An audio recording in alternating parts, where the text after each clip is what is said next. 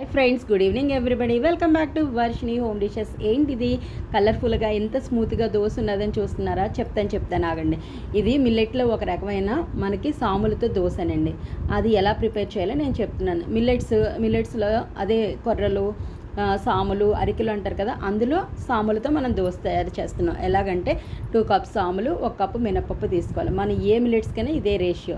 So ఇవి 8 hours నానాలండి. ఇలా 8 hours నానిన తర్వాత మనం మిక్సీ చేస్తే మంచి బ్యాటర్ రెడీ అవుతుంది.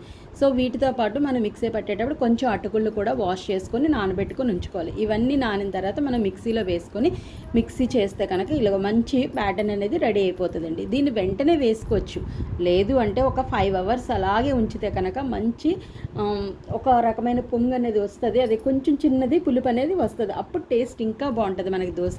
సో అది అలా రెడీ అయిపోయిన తర్వాత ఇలాగా మనం స్టవ్ ఆన్ చేసి ప్యాన్ పెట్టుకొని ఇలా మామూలు దోశ ఎలా ఉన్నదో అలాగే వేసుకోవచ్చండి.